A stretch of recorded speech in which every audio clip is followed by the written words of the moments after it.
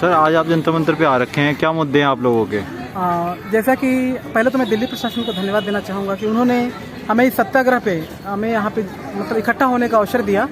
और यहाँ पे हम लोग क्या नाम है आपका? मेरा नाम विकास कुमार प्रजापति है, मैं छत्तीसगढ़ स्टेट से हूँ जी, पैरालीगल वॉलंटियर। तो यहाँ पे जो सबसे बड़ा हम लोगों के साथ मुद्दा है कि जो हम लोग जो काम कर रहे हैं उस काम कर रहे हैं, जो मेहनत कर रहे हैं उसके मुताबिक हमें पैसा नहीं दिया जा रहा है। और क्योंकि हम लोग एक जुडिशरी से हैं, क्योंकि जुडिशरी एक न्याय की बात करती है, लेकिन हम ये देख रहे हैं कि हम लोगों के साथ में ही अन्याय हो रहा है, ठीक है? क्योंकि अधिकार तो सभी का है, क्योंकि मनुष्य एक सामाजिक प्राणी है, वो समाज में जन्म लेता है तो उसके साथ साथ में उसके वहाँ से अधिकार भी शुरू हो जाते हैं, चाहे वो समाज है चाहे परिवार। इस तरीके से हम लोगों ने जो वर्ग को लेके हम लोग जो मूवमेंट छेड़ा है, इसका उद्देश्य यही है कि हमारी जो मांगे हैं, हमारा जो मानदेय है, हमारा जो काम का जो डेली बैठने का है वो हमें फिक्स किया जाए। और इसीलिए पूरे भारत से लोग यहाँ पे उपस्थित हुए हैं।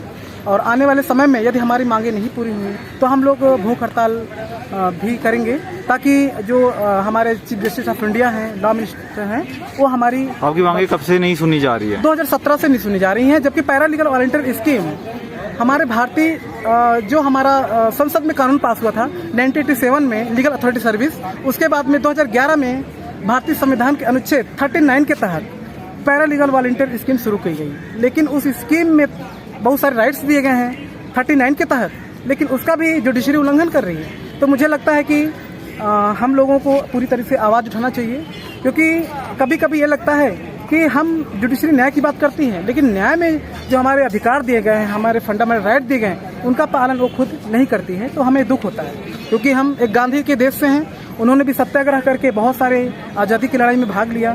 और आज़ादी के बाद से अभी तक भी जो भी समस्याएं हैं उसको भी हम बहुत लोग झेल भी रहे हैं। तो हमें लगता है कि एक न्याय का विधान होना चाहिए, सबका हक भी समान होना चाहिए। अभी कितने लोग आ रखे हैं जंतर मंतर पे? अभी तो करीब 150 के लगभग सारे PLV 10-12 स्टेट से यहाँ पे शामिल हुए हैं। यहाँ से सरकार को क्या कहना चाहेंगे आप? सरकार को हम ये कहना चाहते हैं कि यदि हम दूर दराज से आए हुए तो हमारी जो मांगे हैं उसको पूरी करें, क्योंकि हमारी मांगों को पूरा करना उनका एक कर्तव्य है।